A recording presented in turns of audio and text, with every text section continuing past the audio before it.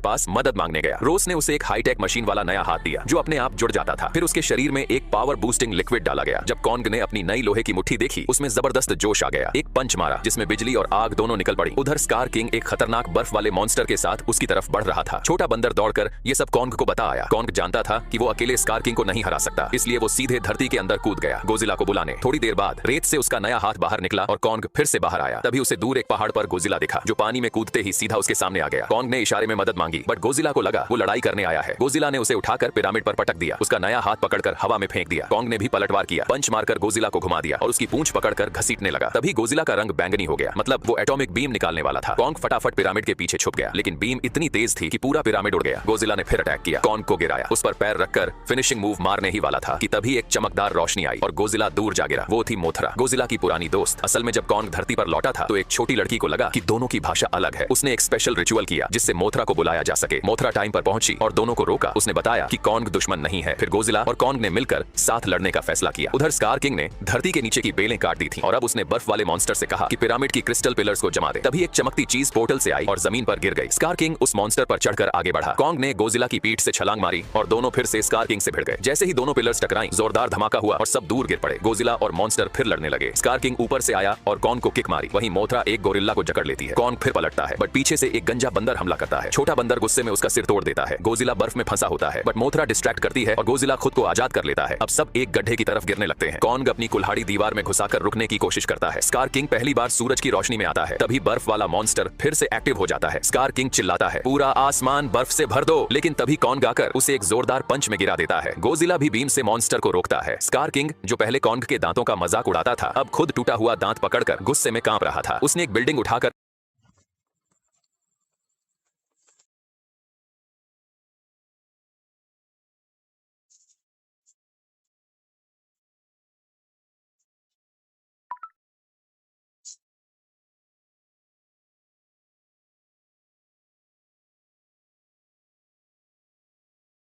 ये करके हमे चला गेलिए तो कुछ नहीं होल रहे।